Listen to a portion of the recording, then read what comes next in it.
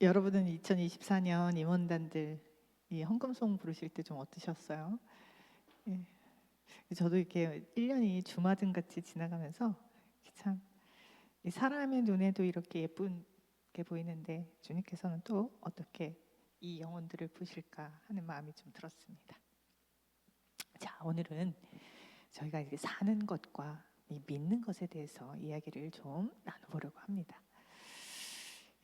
참 우리가 되게 불일치하는데요. 되게 자연스럽게 듣는 말이 있습니다.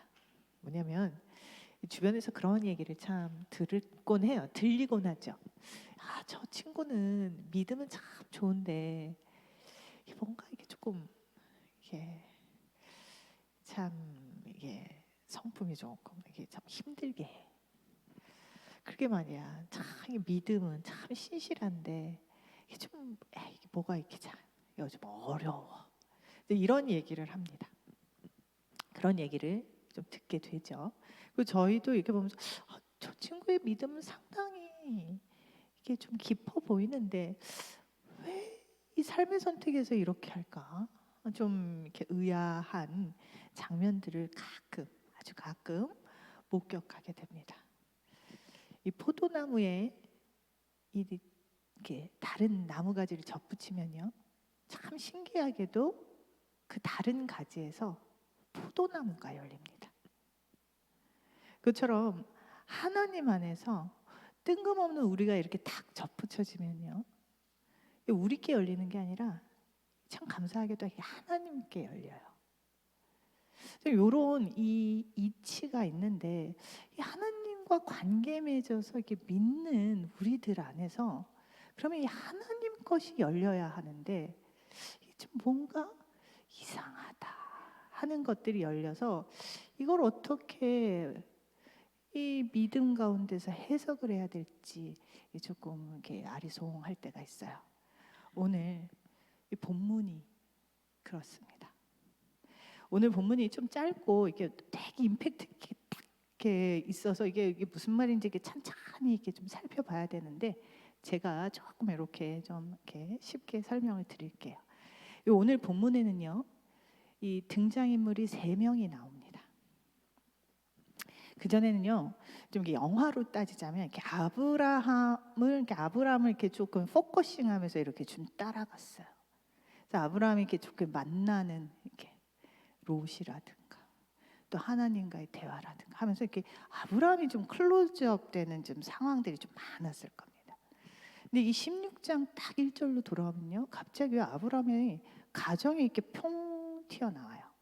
그래서 계속 아브라함을 뒤쫓아가면서 분명히 그의 반쪽 아내도 사례도 있었는데 사례가 도통 보이지 않다가 이 16장에서 확 드러납니다.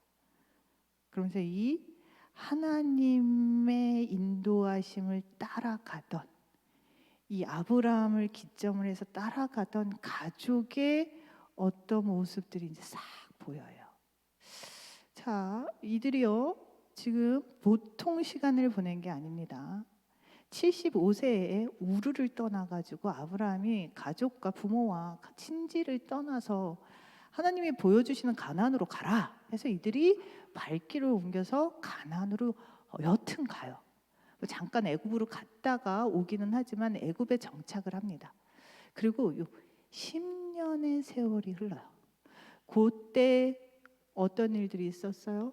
애굽에 가가지고 바로를 흔들어서 아내를 뺏길 뻔했는데 다시 찾아오는 이적도 봤습니다.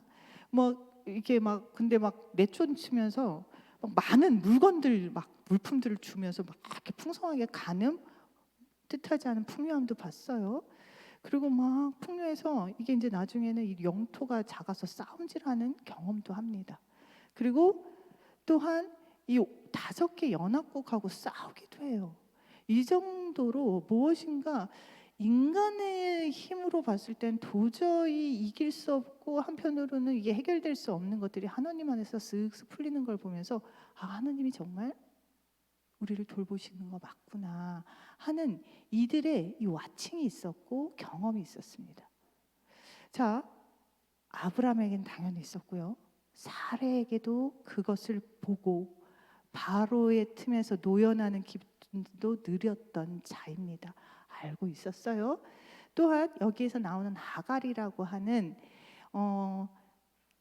애굽의 종이라고 하는 걸 보면 애굽으로 갔었을 때 이게 바로와 이렇게 이렇게 물건을 이렇게 받으면서 야임도 받았던 것 같아요. 그래서 가까이 사례를 섬기면서 아브라함과 사례 가운데서 부어주시는 하나님의 이 풍요를 하갈은 봤을 것입니다. 그래서 이들은 다 여호와의 약속을 붙들고 살아가고 있는 사람들이라는 것이 이들에게는 어떻게 보면 증표였을 거예요. 자, 이런 자들을 이렇게 이제 현미경으로 이렇게 쭉 보니까요, 이 요묘한 요꼴로 살아가고 있는 모습을 오늘 보여주고 있습니다. 이들에게는 큰 아픔이 있어요. 10년 동안. 그렇죠? 10년 동안 하나님이 약속하셨기 때문에 기다렸습니다. 자, 네 몸에서 날짜가 너 상속자야 했기 때문에 이들은 자손을 기다렸어요. 근데 10년 동안 도통 자손의 소식이, 자녀를 잉태했다는 소식이 들리지 않습니다. 사례는요, 점점 나이가, 그래서 사실은 한편으로 아이를 가질 수 없는 몸이 돼요. 근데 이 약속을 붙들고 산다는 것이 이 사례한테는 굉장히 힘겨운 시간이었을 겁니다. 당시에 제가 몇 번 얘기했지만 당시 문화는요, 지금도 사실은 그 시선이 없는 건 아니지만 여자가 아이를 갖지 않는다는 것은 신의 저주라고 생각했어요. 특히 그들은 자손들이 재산이었습니다. 생산력이었어요. 그렇기 때문에 아이를 못 낳는다? 이거는 정말로 쓸모없는 인간이었습니다. 하나님이 저주한 인간이었어요. 자, 사례는요, 그때 어떤 심정이었을까요? 하나님이 분명히 아브라함을 통해서 약속하셨어요. 자손을 주겠다고. 자손이 생기지 않습니다. 그 당시는요, 북의 혈통의 국가였어요. 아브라함이 아버지면은요, 아내가 누구든 아버지의 계열을 따릅니다. 그런 때였어요. 사실은 유대인들은 모계 사회라고 하죠. 그거는 나중에 로마의 핍박을 받을 때 그때 생겨난 전통이고요. 그전은요, 부계를 따랐습니다. 그렇기 때문에 아브라함을 통해서 하나님이 자손을 준다는데 나와 지금 아이가 없어? 사례는 고민했을 거예요. 그렇다면 내가 그 right person이 아닐 수도 있겠구나. 얼마나 힘겨운 시간들을 보내고 있었을까요? 거기에 이 당시의 문화는요, 일부 다처제가 허용되는 불법이 전혀 아닌 곳이었어요. 그렇기 때문에 내가 아닌 다른 사람과 혼인을 해서 자손을 낳는다 해도 아브라함의 혈통이었기 때문에 사례는 고민했을 겁니다. 저는요, 이 본문을 묵상하기 전에는요, 좀 사례를 착각했어요. 그래서 약간 그런 이미지가 강했습니다. 뭔가 사례는요, 되게 목소리가 크고 되게 주도적이고 센 여자. 그래서 아브라함이 한편으로는 뭔가 결정을 하지를 못해가지고 우물쭈물하고 있을 때 그냥 막 하갈 붙여줄 테니까 빨리 동침해가지고 애 낳고 막 이런 드센 여자라고 생각을 했어요. 되게 주도적이다라고 생각했는데 천천히 묵상하다 보니까 이 사라가 상당히 심적 고통이 심했겠다. 그러면서 결국에는 하나님의 약속, 그 약속을 성취시키기 위해서 내가 아니라면, 나를 통해서가 아니라면 결국은 나를 희생해서, 나를 헌신해서 어떻게 보면 하갈이라고 하는 내가 이렇게 봤을 때 가장 믿음직스럽고 순종적이고 한편으로는 뭔가 이렇게 잘 섬겼겠죠. 뭔가 아브라함의 하나님의 대를, 이 형통한 자녀의 이 복을 누리게 할 때 이 처자의 몸에서 나는 아들이 괜찮을 것 같다. 고심하면서 하갈을 붙여주었을 거라는 그 과정이 떠올랐어요. 사례는 어떻게 보면 이 하나님의 이 약속을 이 성취시키는 데 있어서 한편으로는 내가 빠지고 하나님에게 어떻게 보면 적절한 어떠한 여인을 아브라함에게 보내야 하는 거 아닌가 고민하고 그것을 실행하려고 했던 것 같아요. 사라에게는 희생이었고 헌신이었습니다. 자, 이렇게 사례는 하나님이 주신다는 그 복을 자신이 생각하는 가장 합리적이고도 인간적이면서도 전통적이면서도 어떠한 것들에 사실은 그렇게 크게 결격되지 않는 편안한 방식으로 하나님의 그 복의 통로가 하갈을 통해서 이루어질 수 있겠다 생각해서 그것을 재촉하기 시작했어요. 자, 그거에 대해서 이야기했을 때 아브라함은 어떻게 했어요? 사례의 이야기를 들었습니다. 이 본문은요, 이 창세기 아담과 하와와 이 선악과 사건과 굉장히 많이 오버랩이 돼요. 그렇죠? 이게 아브라함은 여기에서 이 사례가 그렇게 하자라는 부분에서 큰 토를 달지는 않습니다. 그 전에 하나님과 언약을 맺었어요. 이 반을 쪼개서 하나님이 너의 자손은 무별처럼 많이 주겠다라고 하고 그 약속의 증표로 그 사이길을 하나님이 걸어가시는 그 언약을 맺었던 그 장면을, 그 언약의 순간을 알고 있는 이 아브라함이 이 순간에는 사례의 얘기를 듣고 하나님께 나아가서 묻지 않았습니다. 이 방식이 맞습니까? 묻지 않고 사례의 말을 듣고 오케이 하고 받아들여요. 하와가 이거 한번 먹어봐 했을 때 받아먹는 것 같이 토를 달지를 않습니다. 자, 그렇게 건너가요. 그러자 하갈이 정말로 임신을 하게 됩니다. 임신을 하게 되고 그 임신한 상태에서 갑자기 이 하갈의 태도가 돌변을 하게 돼요. 자, 여기에서 이렇게 보면요, 4절에 보면 아브람이 하갈과 동침하였더니 하갈이 임신함에 그가 자기의 임신함을 알고 그의 여주인을 멸시하였더라. 여주인이라는 건 여왕이라는 뜻입니다. 한편으로는 자신이 이 사례를 정말 주인처럼 모시고 섬겼던 주인 여왕이었어요.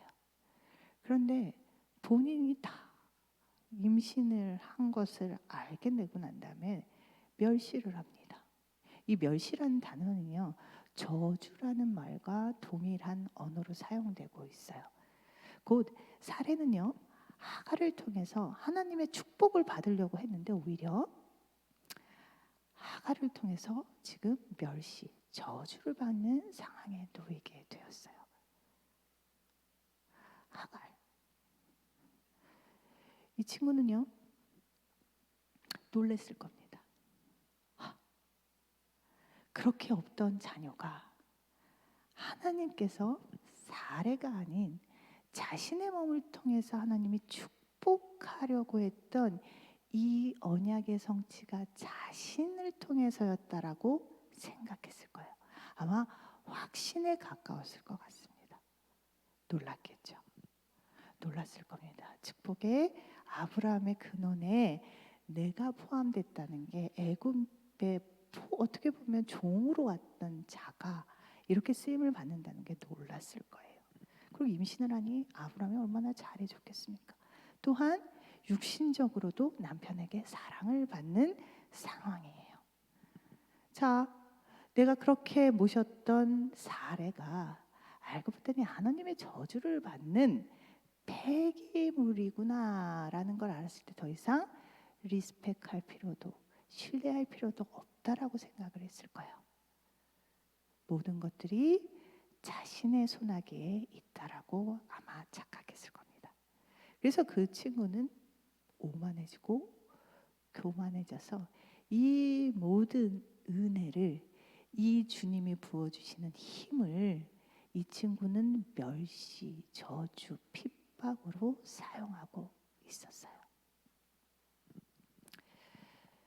자, 이렇게 지금 상황이 점차 이게 어떻게 보면 사례가 인간적이지만 하나님의 복의 통로가 내가 아닐지도 모른다라는 의심과 함께 어떻게 보면 자기 희생적인 사랑으로 올렸던 그리고 행했던 이 모든 일들이 뭔가가 어긋나기 시작합니다.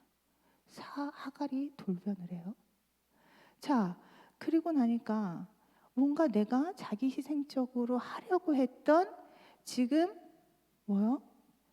이 사례의 마음에서 뭔가 이상한 것이 올라오기 시작해요. 오호, 인간에게 민낯이 드러나기 시작합니다. 진짜 자신이 믿는 것이 무엇인지 그 열매들이 보이기 시작해요. 하갈은 교만으로 그 풍성함의 교만이라는 열매를 맺기 시작했고, 한편 사례는 정말로 나락으로 떨어진 비참한 굴욕감 가운데서 이 사례는 분노가 일어나기 시작하고 원망이 올라오기 시작합니다. 그래서 지금 사례가 아브라함한테 오절과 같은 이야기를 해요. 사례가 아브라함에게 이르되 내가 받은 모욕은 당신이 받아야 옳도다. 이거는 지금 내가 잘못한 것이 아니라 너의 잘못으로 인해 발생된 것인데 이 모든 모욕과 멸시를 내가 받고 있으니 불공평하다.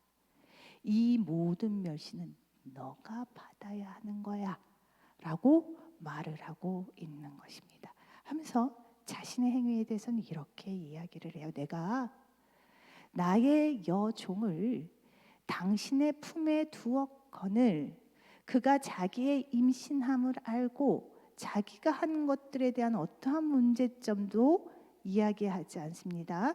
하지만 결국 그 하갈이라는 친구가 임신한 것을 알고 나를 멸시하기 시작했어. 그러니 당신과 나 사이에 여호와께서 판단하시기를 원한다. 이 얘기는 당신과 나 사이에 누가 옳고 그른지 재판해야 한다라고 이야기를 하고 있는 겁니다. 즉 나와 너 사이에서 하나님이 재판을 한다면 나에게는 잘못이 없고 너에게 잘못이 있음이 분명하다라는 이야기를 사례는 하고 있는 거예요. 이 모든 잘못은 중심을 지키지 않은 아브라함의 잘못임을 분명히 사례는 꼬집고 있는 것입니다. 나를 성찰하지 않고 무엇인가 바깥에서 잘못을 찾고 있는 사례의 이 모습 또한 우리는 선악과 사건에 아담과 하와가 했던 모습과 동일한 모습을 보고 있어요. 서로가 자신에서 연약함과 죄성을 찾지 않고 상대의 잘못을 비난하면서 자신의 행동을 정당화하는 열매. 지금 사라에게는 그 열매가 열리고 있음을 확인합니다. 자, 이렇게 하갈은 풍족해서 참 인간의 민낯을 보여주고 있고요. 오만함에. 자, 사례는 너무나 지금 위축돼 있고 빈곤하고 가진 것 없는 절망감에 인간의 민낯을 보여주고 있습니다. 자, 그랬을 때 아브라함은 지금 어떨까요? 자, 아브라함은 6절에서 이렇게 얘기합니다. 아브라함이 사라에게 이르되 당신의 여종은 당신의 수종에 있으니 당신의 눈에 좋을 대로 그에게 행하라 합니다. 던져줍니다. 자, 여기서요 3절 보면은요 아브라함의 아내 사레가 그 여종 애굽 사람 하갈을 데려다가 그 남편 아브라함에게 첩으로 준 때에라고 얘기합니다. 첩. 첩으로 줬다고 하는데 요 단어가 아샤라는 단어인데요. 요거는 아내라는 뜻이 있습니다. 그래서 우리가 첩이라고 지금 이렇게 썼지만 아내라는 뜻이에요. 결혼을 했다라는 얘기입니다. 그러니까 이게 그냥 본처가 있고 그 다음은 그냥 첩으로 둔 게 아니라 일부 닫혀져 있기 때문에 아내로 삼은 거예요. 그런데 지금 사례가 당신의 탓이야, 당신이 똑바로 해라고 지금 탓을 하니까 아브라함이 갑자기 태도가 뭐 여전히 이 일들을 할 때 그냥 사례의 얘기를 들었던 것처럼 되게 우유부단하게, 한편으로는 하갈이 자기 아내가 되었음에도 불구하고 곧 자기가 하갈을 보호하고 지켜야 하는 의무가 있음에도 불구하고 그것을 하지를 않아요. 그리고는 사례에게 던져줍니다. 네 마음대로 해라. 그러자 6절에서 사례가요 하갈을 학대해요. 이 학대는 폭력이라는 뜻도 있고요. 이집트에서요, 애굽에서요, 유대인들, 그러니까 이 이스라엘 민족들이 이 나중에 이렇게 출애굽하기 전에 이렇게 되게 많은 핍박을 당합니다. 그때 썼던 그 핍박의 단어랑 똑같은 얘기예요. 굉장히 괴롭힘을 당했다는 얘기랑 동급의 단어를 쓰고 있거든요. 그러니까 사례가 하갈을 엄청나게 핍박을 하고 폭력을 휘둘렀어요. 어떻게까지요? 하갈이 결국에는 이 모든 부귀 영화, 임신해서 이제 아이를 출산하면 자기를 통해서 하나님의 복을 주실 거라는 그 착각된 약속을 저버릴 만큼, 도망가자라고 할 만큼, 살기가 어려서 도망갈 만큼 사례가 엄청나게 하갈을 핍박해요. 근데 그 핍박을 할 때 아브라함은 어디 있었냐? 옆에 있었겠죠. 분명히 어떻게든 제어할 수 있었음에도 불구하고 아브라함은 그것을 어떠한 조치를 취하지 않고 사례가 하갈이 도망갈 만큼 힘겨운 삶을 사는 데 있을 때도 내버려 둡니다. 그렇게 이 믿음의 자녀들이 살고 있는 삶의 모습은 이랬어요. 한마디로 엉망진창이었습니다. 참으로 실망스러운 모습이었어요. 자, 아브라함은 아내한테 참 무능하게 휘둘리며 사람의 아내의 말들에 휩쓸리고 있고요. 사례는요, 굉장히 인간적인 열심과 헌신으로 했다가 내가 원하는 보상이 나오지 않으니까 분노하며 한마디로 난리를 치고 있습니다. 그리고 더한 폭력으로 대갚음을 하고 있죠. 또한 하갈은요, 자신의 이 그 풍요를 제대로 누리지도 못하고 오만하게 그 다른 사람들을 치고 깎고 핍박하는데 사용을 하고 있습니다. 이들은 하나님을 믿는다 이야기하면서 이 사는 모습은 참으로 형편없는 모습으로 살아가고 있지요. 자, 여러분의 삶의 자리는 어떻습니까? 여러분도, 그리고 우리도, 그리고 저도 하나님의 자녀인데 우리는 지금 하나님의 이야기가 아닌 사람의 이야기를 들으면서 이리저리 휘둘리는 아브라함과 같은 모습으로 살아가고 있는 것은 아닙니까? 내가 어떤 딱 중심을 잡고 책임지고 감당하면서 선택하고 판단해야 될 것을 누군가에게 슬쩍 밀어버리고 그리고 안일하게 이렇게 모른 척 지내고 있지는 않으십니까? 막 누군가를 위해서 인간적으로 열심히 막 했다면서 이건 꼭 돼야지 하면서 열심을 내고 있지는 않으세요? 근데 그 열심이 내가 바라는 방식이 아니어서 지금 속에서 디글디글 거리고 있지는 않으십니까? 또 잠깐 하나님이 예상치도 않는 부어주심에 우쭐해서 지금 뭔가 시덥지 않은 사람들 좀 제끼고 나한테 필요로 하는 나와 조금 급이 맞는다는 사람들을 지금 찾아다니며 뭔가 나 급이 없는 친구들과는 좀 난 달라 하면서 내면에서 으스댐을 가지고 있지는 않으십니까? 아브라함에게 있어서요, 이 자녀는요 굉장히 중요한 이슈였고요. 점점 나이가 들어서 새하얘지면서도 이 소망을 붙드는 것은요 결코 쉬운 일이 아니었습니다.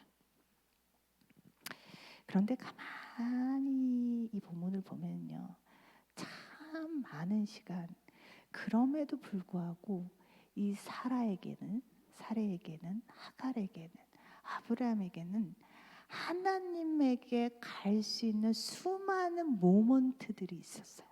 이 셋 다 어떻게 보면 동일하게 말입니다.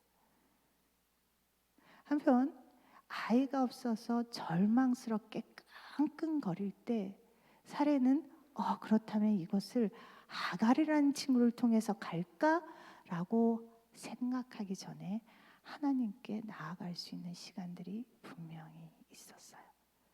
또한 그 제안을 들었던 아브라함이 이 방법이 맞을까?